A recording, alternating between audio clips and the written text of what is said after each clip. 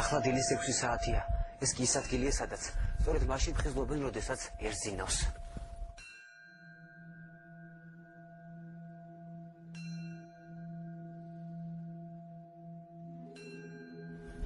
ზარები მონასტრის საძმოს წევრებს ტაძარში უხმობენ.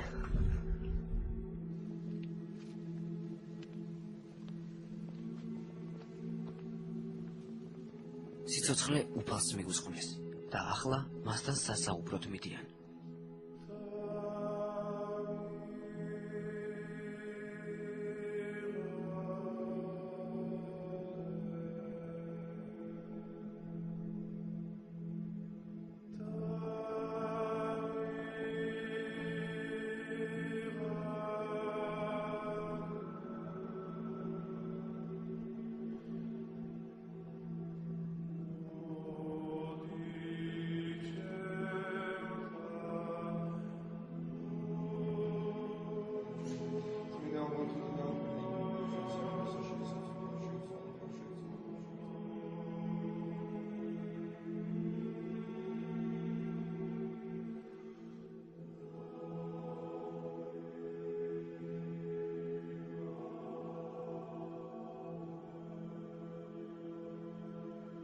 ასე ყოველ დღე ზეს სანთლის ხივი ასრებს.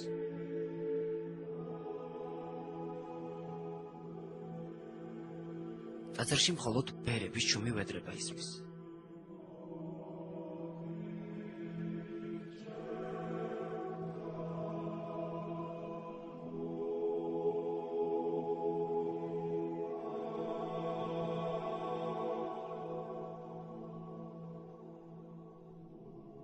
ღვთის სახლში სულიერ სიმშვიდეს პოულობენ.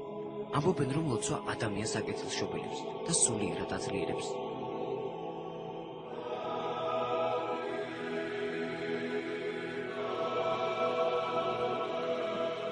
ასე კი უფალთან უფრო ახლოს ხარ.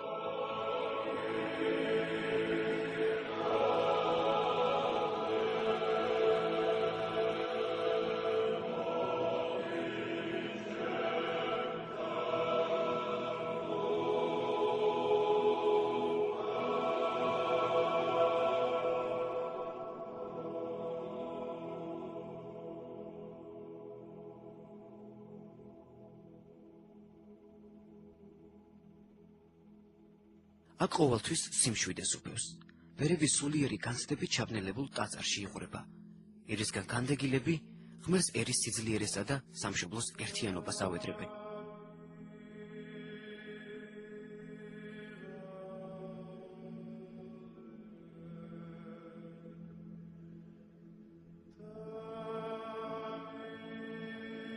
შემდეგ კი მაცხოვრის სისხლს და ხორცს მოწიწებით ეზიარებიან.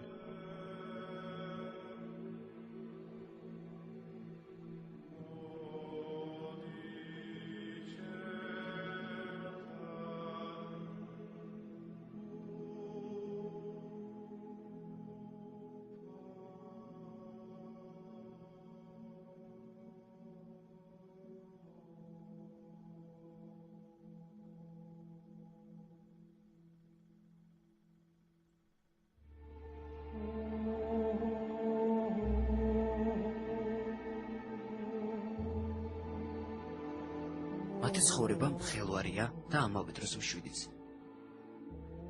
მათი გზა კი ისეთივე მძიმეა, როგორც გოლგოთის.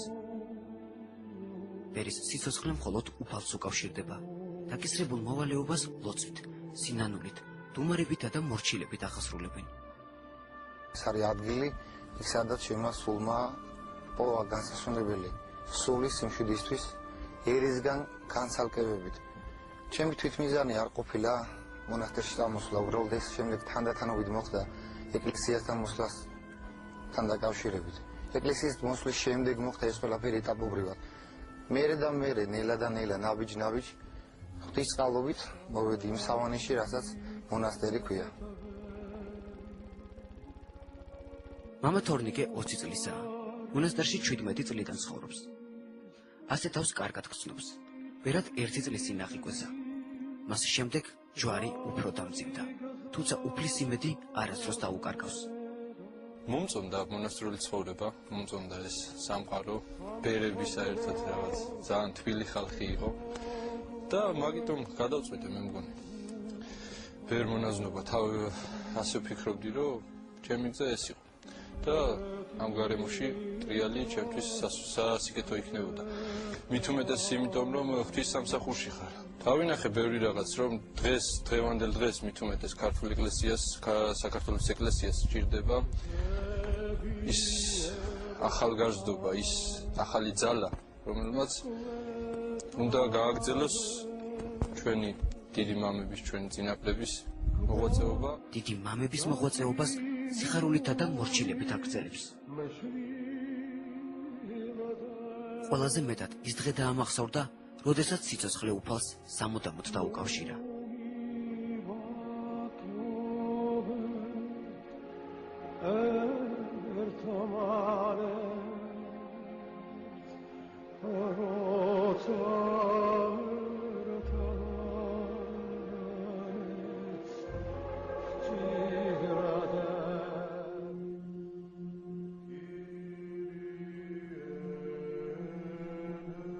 მონაზვნები ამბობენ, რომ აღკვეცის დროს სევდასთან ერთად ადამიანი უდიდეს სიხარულს განიცდის.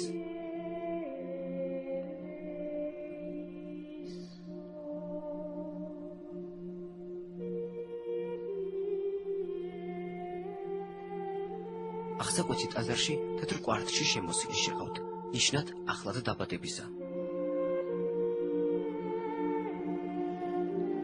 გაშლილი თმა ახალშობილს განასახიერებს ანგელოზებრივი ცხოვრების დასაწყისს. აქ თითოეულ დეტალს თავისი საგრალური მნიშვნელობა აქვს. სვლელობა ტაძრამდე სიმბოლურად ღვთისაკენ მიმავალ გზას განასახიერებს. გზა, რომელიც ეკლიანია, თუმცა როგორც ბერები ამბობენ, ამასთან ერთად ყველაზე ტკბილი.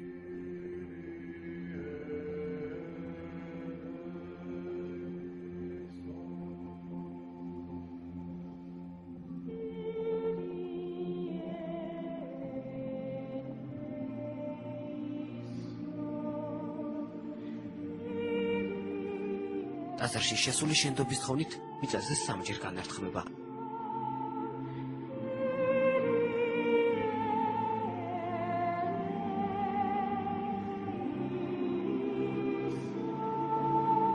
შემდეგ სასულიერო პირები მანტიას აფარებენ, რომელიც სიმბოლურად მიცვალებული სუდარას განასახიერებს. ამ დროს აღსაკვეთის როგორც ერისკაცის დაბლოა და მონაზვნად დაბადება ხდება. მას სახელით ეცვლება.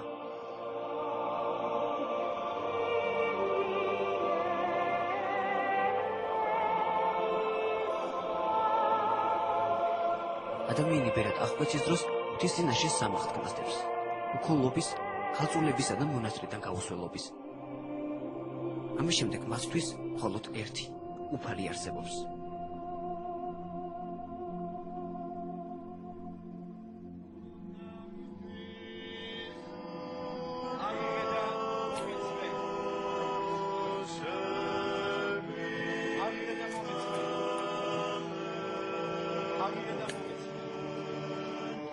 აღკვეცის დროს არის ესეთი მომენტი, როცა ბერად აღსაკვეთს აღმკვეცელი უგდებს მაკრატელს და ეუბნება აღიღე და მომეც მე და ისიც ამ მაკრატელს იღებს, აძლევს ხელში აღმკვეცელს და ხელზე ამბორება ნიშნად იმისა, რომ ის არის თანახმა. სამჯერ ხდება ამ მაკრატლის გადაგდება, მას აქვს უფლება, რომ აი ამ მაკრატლის მიწოდების დროს თქვას უარი და აი ამ ცხოვრებას გაემიჯნოს და დაუბრუნდეს საერო ცხოვრებას. ამის შემდეგ მონაზონს თმას აჭრიან, ნიშნად მორჩილებისა.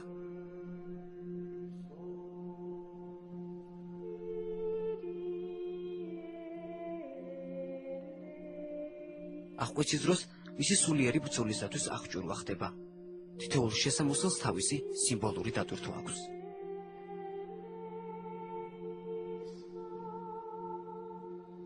აღკვეცის დროს მონაზონს უკვე მიეცემა სხვადასხვა შესამოსელი და ამ შესამოსლებს სხვადასხვა დატვირთვა აქვს. კაბა, რომელიც შიგნით აცვია ბერს, ეს მაცხოვრის კვართს განასახიერებს. სარტყელი, რომელიც ტყავის გახლავთ ეს მოდის ძველი აღთქმიდან და კერძოდ იოანე წინასწარმეტყველიდან, რომელმაც აქლემის ტყავი შეიმოსა და აი ამ ტყავით დადიოდა. ტყავი ნიშნავს ცოდვათა მოკვდინებას, შემოზღუდულობას მონოზონისას. მას შემდგომ ეძლევა ანაფორა, რომელიც ღვთისმშობლის სამოს განასახიერებს და ღვთისმშობლის სამოსია. შემდგომ ეძლევა კუნკულ-ბარტყული,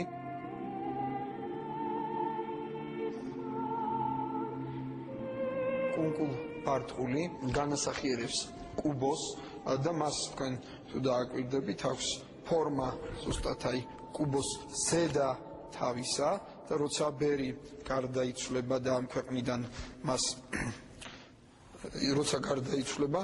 როცა მოამზადებენ დასამარხად მანტიაში შეხვეულს კუბოს უკუღმა აფარებენ კუნკულ-ბარტყულს თავზე და თქვენ ხედავთ რომ მას ზუსტად აი აქვს კუბოს ზედა თავის ფორმა და აი ესე ასაფლავებენ ბერს.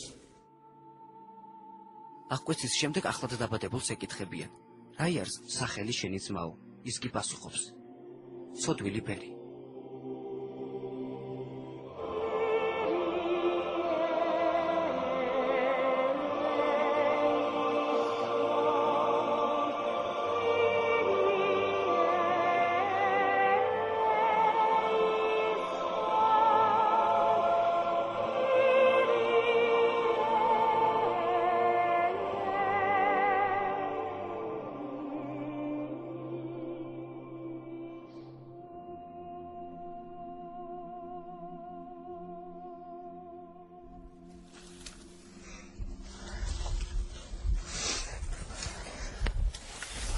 დედამიწის ანგელოზები ასე უწოდებენ მონაზვნებს.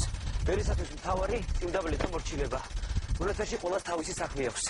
წინასწარ და მკაცრად განსაზღვრული.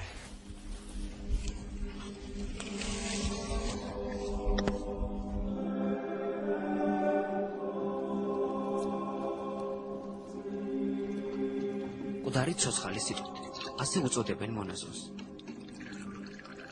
ამბობენ რომ ბერი ცხოვრების სიგნიაო. ამ წიგნში კი ძალიან ბევრი წერია. ისინი უფლის გამო წუთისოფალზე უარს ამბობენ, ივიწყებენ ყველაფერს და დროის უმეტეს ნაწილს უფალთან საუბარს უთმობენ. მუშაობენ დილიდან დაღამებამდე. მონასტერში არ არის ტელევიზორი, რადიო. აქ ყველაფერი ისე ვისია, როგორც საუკუნეების წინათ.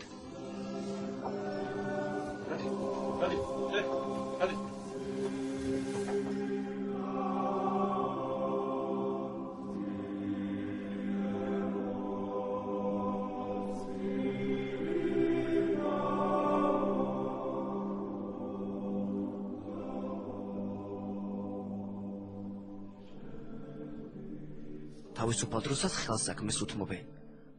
ოჯახიდან შორს საკუთარი ოჯახის შექმნას ცდილობენ.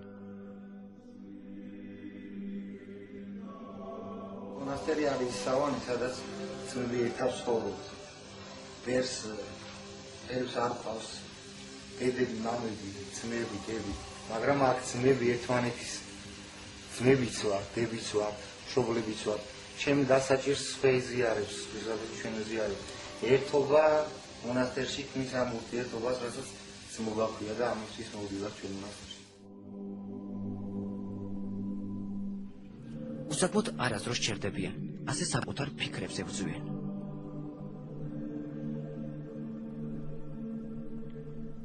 ასე თავისუფალად ვფიქრობ, ფიქრიცა და ზედმეტ პრობლემას ქმნის, შემოდის რაღაც აზრები. საქმეში აყოლებ გულს რა. თანმიმდევრულად საქმის დროს აი მაგალითად ამ მოკვეთის დროს შეიძლება რაღაც ლოსვა თქვა უფალო შეგვიწყარიან თქვა ამ კონკრეტული ლოსვა.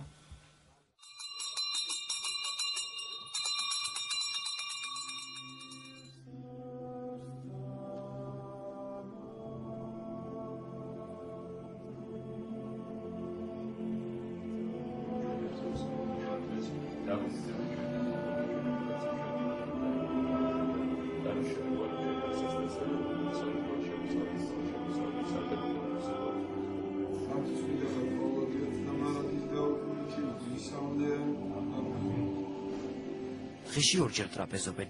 ბერების უფრა მცირედის საკვებით შემოიფარგლება.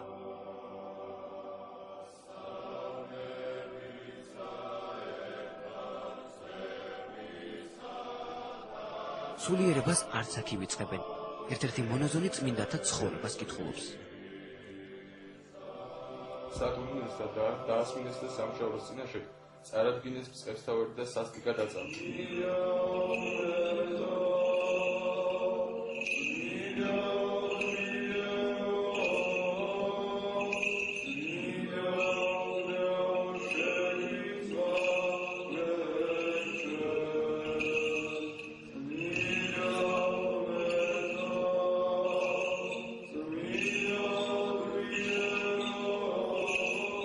შუადღეს ტაძარში ისევ ერთად იკრიბებიან. ნაგროვილ განცდებსა და სევდას უფალს უზიარებენ.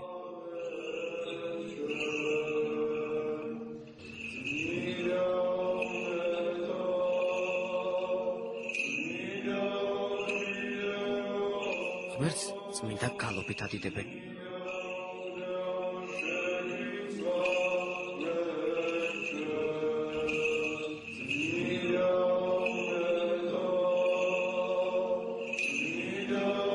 ეს მათი ცხოვრება, რთული და განსაცდელებით ახსოვს.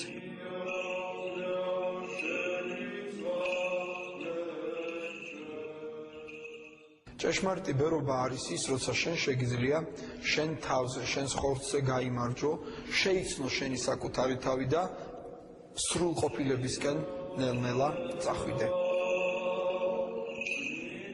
ცხოვრობენ ყველაზე წმინდად და თავი ყველაზე ცოდვილებად მიაჩნიათ. ამბობენ, რომ ნამდვილი ქრისტიანი მორჩილი და თავდაბალი უნდა იყოს.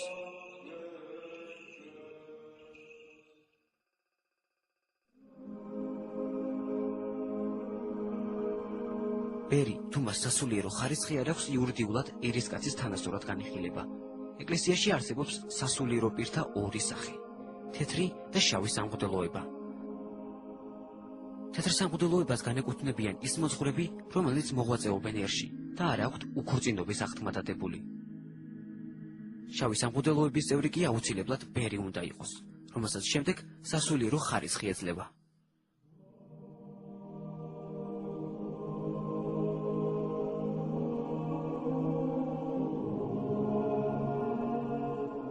საეკლესიო იერარქიანო დაქვემდებარება სასულიერო პირებს შორის შავ სამღვდელოებაში ასეთია: ბერი, რომელსაც არ აქვს სასულიერო ხარისხი, ბერდიაკონი, მღვდელმონოზონი, იღუმენი ანუ მონასტრის წინამძღვარი, არქიმანდრიტი, რომლის დაქვემდებარებაშიც რამდენიმე სამონასტრო კომპლექსია, და მღვდელთმთავარი, ანუ ეპისკოპოსი, რომელიც მთლიანად ეპარქიას განაგებს. წმიდა სინოდის წევრი აუცილებლად მღვდელთმთავარი უნდა იყოს, ანუ შავი სამღვდელოების წევრი. პატრიარქი ბერძნული სიტყვაა და მამამთავარს ნიშნავს. ამჟამად მსოფლიოში 9 ეკლესიის წინამძღოლი ატარებს ამ უმაღლეს ტიტულს. პატრიარქს წმიდა სინოდი ირჩევს. იგი აუცილებლად უნდა იყოს მონაზონი და ეროვნებით ქართველი. საქართველოს კათოლიკოს პატრიარქმა ბერობის მძიმე ჯვარი 24 წლის ასაკში იდურდა. ეს იყო ზუსტად 50 წლის წინ. ახალგაზრდა ირაკლი ხუდუშაური ეპისკოპოსმა სინოფი მაჟუკამ აღკვეცა. დასახელად ილია უწოდა. იმ პერიოდის ახალგაზრდებს შორის იგი პირველი ბერი იყო. ეს ამ უნიკალურ ვიდეო არქივშიც კარგად იკითხება.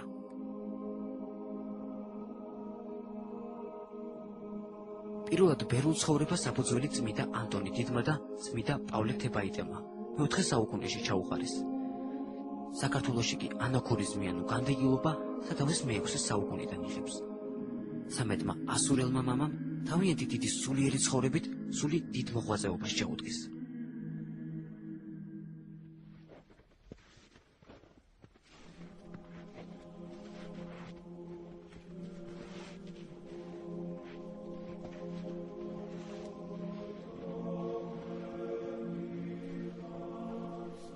დედამიწის ანგელოზები დათოვლილ დღეს ნელ-ნელა მეუყვებიან. გზას მთავარ ანგელოზის ტაძრამდე თითქმის ყოველდღე გადიან.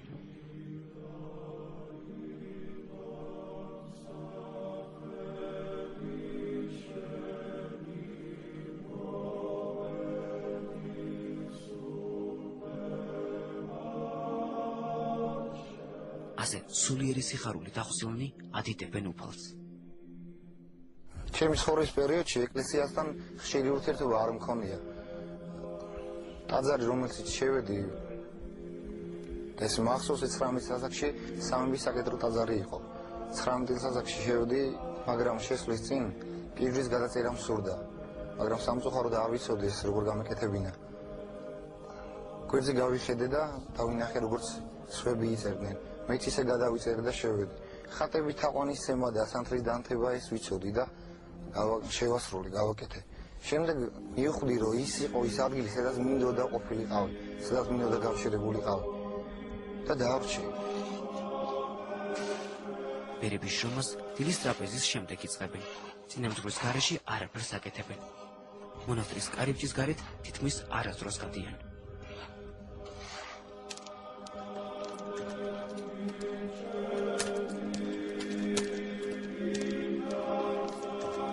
მონოზონი მარტოდ ყოფილს ნიშნავს. ფერს არაფერი უნდა გააჩნდეს, გარდა იმისა, რაც ყოველდღიური ცხოვრებისთვისაა საჭირო. თავს ფუფუნების უფლებას არ აძლევენ, მარხულობენ მკაცრად და ძინავთ დღეში მხოლოდ რამდენიმე საათი. ბერი მოთმინების უსკრულია და თავდაბლობის ოკეანე. აი ალბათ ესეთი უნდა იყოს ბერი. მონასტრის საძმო შეკრულია და უნდა იყოს ასეც. იმიტომ რომ განცალკევება და პატრიარქი ამბობს ხოლმე რომ დაშორება, განცალკევება არის ბოროტისგან, ერთიანობა, შეკრულება არის ღვთისგან. აქვთ საკუთარი მეურნეობა. მონასტრის ძირითადი საზრდო რამდენიმე სულის აქონელია. არაფერს დაკილობენ. წინამძღვრისგან დავალებულ საქმეს მორჩილებით ასრულებენ. ბედს არასდროს უჩივიან. ამბობენ, რომ ყველგან უფლის სიახლოვეს ხსნობენ.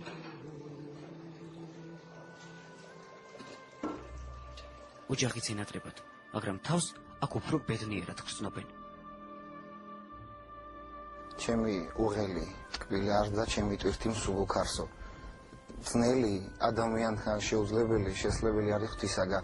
ის, რასაც მე თუნდაც ვაკეთებ, მე არ შემიძლია თქვა, რომ მე ვაკეთებ და ჩემით ვაკეთებ. ყველაფერი ღვთის დახმარებით და ღვთის წყალობით ხდება. ის სიხარულიც, ის სევდაც, ის ტკივილიც, ის მწოხარებაც, რაც მოდის, ის უფალს მოაქვს. დაცემას ადგმა მოყვება, სიხარულს მწოხარება, მწოხარებას სიხარულს და ასიცვლის ერთმანეთთან, როგორც ჩვენი კათოლიკოს პატრიარქი ბრძანებს, ელოდე სიხარულის შემდეგ ტკივილს, ტკივილის შემდეგ სიხარულს. ღვთისგან მოვლენილ მწუხარებას მოთმინებით იტანენ. ისეთ ცნებებს ერთგულად იცავენ და ასე. ნელ-ნელა მიუყვებიან მონაზვნობის მძიმე გზას.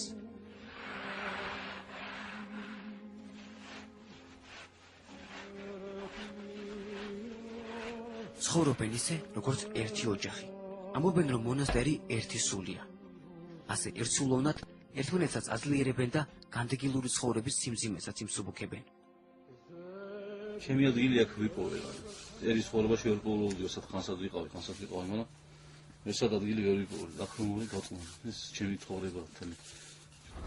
თან ურთიერთობა, ახლო ურთიერთობა მინდა და ცხონება მინდა სულის.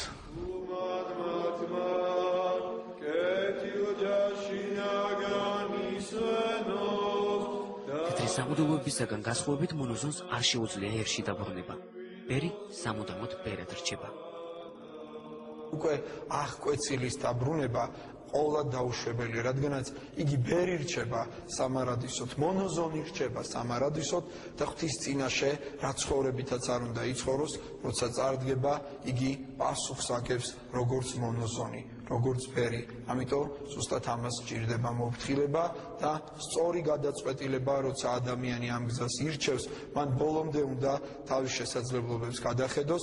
რა თქმა უნდა, ადამიანების შესაძლებლობები დიდზე ვერ მიდიან, მაგრამ მერობაში ადამიანს ღმერთი ყოველთვის შეეწევა, ყოველთვის განამტკიცებს, თავარია მან არ დაკარგოს ასოება ღვთისა, ყოვლადწმინდა ღვთისმშობლისა და იმ დიდი წმინდანებისა, რომელთაც სისხლით მოიპოვეს ყოველივე ეს.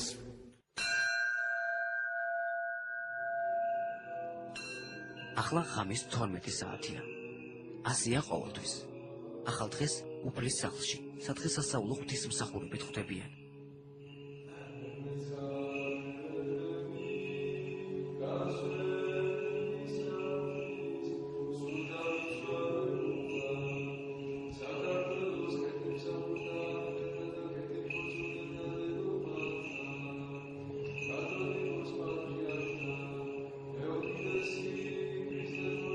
ცივ ტაძარში უხილავად ღმერთს ემსახურებიან. ამბობენ, რომ ლოცვა სულის სუნთქვაო, მონასტრის მყუდროებასაც მხოლოდ მათი სულის სუნთქვა არღვევს.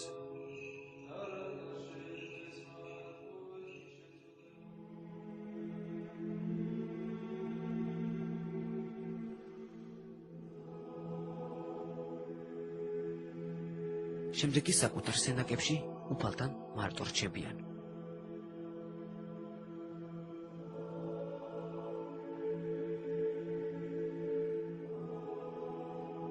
მალე ისევ დაირეკება ზარი. ისევ შეხვდებიან მზის სამოსვლას უფალთან ერთად. ისევ მორჩილებით აღასრულებენ დაკისრებულ მოვალეობას. ისევ მოთმინებით გაუყვებიან მონაზნობის ეკლიან გზას.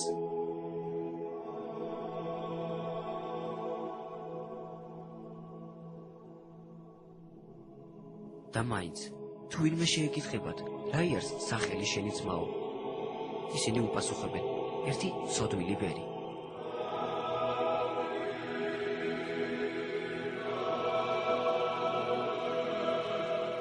ასე ცხოვრობენ დედამიწის ანგელოზები.